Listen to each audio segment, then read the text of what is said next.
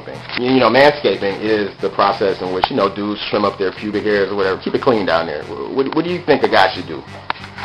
Well, honestly, I think the guy should keep his stuff. Why is that? Because it's not naturally going to be shaved off. Not at all. Okay. And I think, honestly, you should keep it. What do you feel about manscaping? I think it's a good thing in terms of personal preference. You know, if it is requested, why not? It shouldn't be doing it. Plus, there is some sanitary advantages to that. Okay. So I'm all for it. I keep it trim. I think that's a good idea, and more men should do it. Right. I mean, it's their choice, but me personally, I think it's something that men should do. So, Jeffrey the Giraffe, what do you feel about manscaping? I like the lawn mode. You like the lawn mode look? Yes. Okay, why do you like the lawn mode look? I like it. Okay. Me too. And how do you feel about the way it looks, or, you know?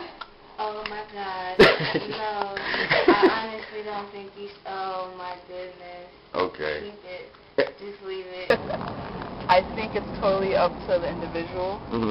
But I also think it depends on the relationship between whoever you are having sex with. Elaborate a little. I think that. I agree with that.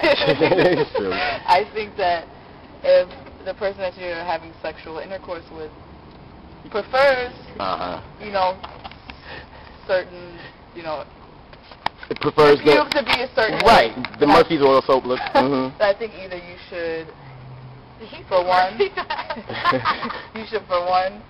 comply with that and go on with it, or stick to your ground and say, no, I prefer my pubes to be like this, and if you don't like it, then hit the road. No means not. Yo, so there you have it from the street. I had to go out and really get some feedback from people about what they feel about this week's subject, which is, ta-da, nature's dental floss. A lot of times, nature's dental floss, we come into contact with it when we have oral sex. Yeah, you know what I'm talking about. Pubic hair, unsightly, unmanaged, uncool. There's been a big debate, you know, in everybody's communities, respectively, whatever they are, about pubic hair removal. It basically is a term that's used to describe, you know, and now, you know, in today's language, the act of keeping oneself groomed. That the benefits of manscaping or womanscaping totally outweigh the drawbacks, or, you know, those other things that people say, you know, the other reasons why people say you shouldn't manscape.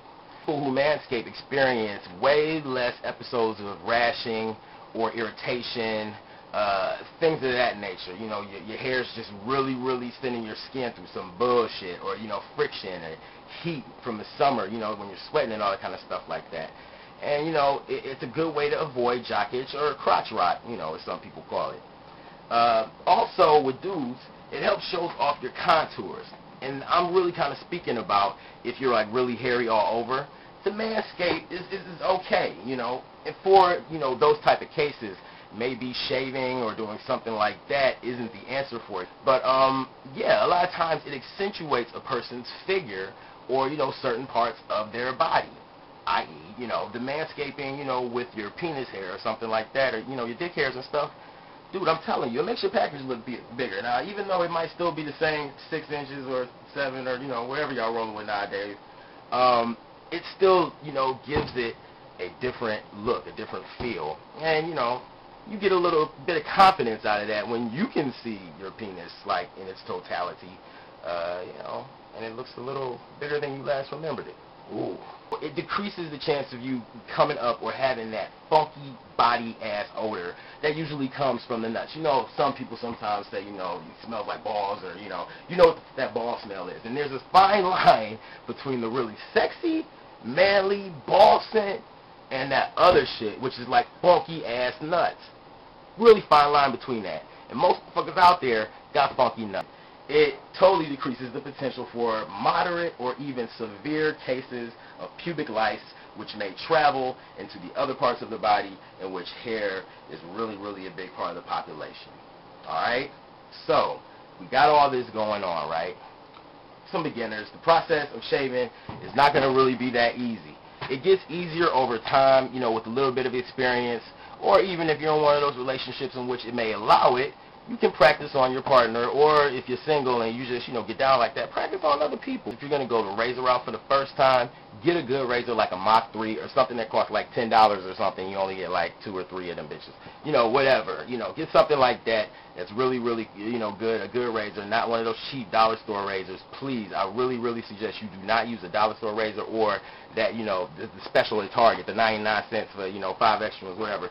Don't do that, because, you know, those things sometimes can cause ingrown hairs, really, really crazy ass rash, and you know, your skin may be sensitive, and that just isn't the good way to go. There's always the option of, you know, using an adjustable or guarded clippers or trimmers, hair trimmers, you know, the stuff you use up here for the fade or to line yourself up. You can also use that in the pubic area, and that would probably work a lot better. You know, a liner or something that's a little smaller and compact, trimmers, would probably work a little better, and they're a little more versatile when you're down there, you know, trying to aim and, you know, lift things up and get all in between all those cracks. And there's always that option of the Brazilian wax job. Take it all off.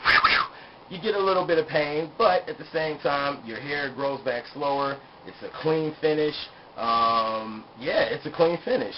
And, you know, my partner actually gets that one, and I love it. I love it. Don't just hit the front, too. This is another piece of advice. Don't just hit the front. You know, really be concerned about the rest of your stuff. Your balls are very important.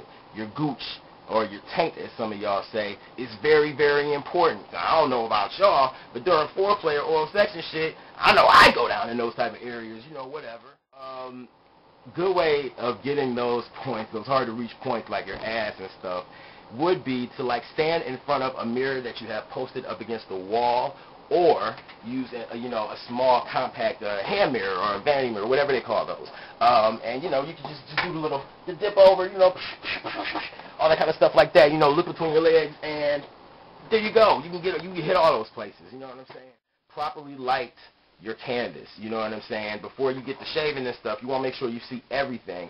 And sometimes, with our cracks and crevices being what they are, some being more vast than others, you may have some hard-to-reach or hard-to-see spots. So just keep that area really well lit during this whole process. There's nothing more aggravating than having a patch of, you know, hairs that you didn't get up, rubbing up against, you know what I'm saying, you're smooth, and I'm telling you, that shit feels good to the touch. Oh, it feels good. Yo, smooth, you know what?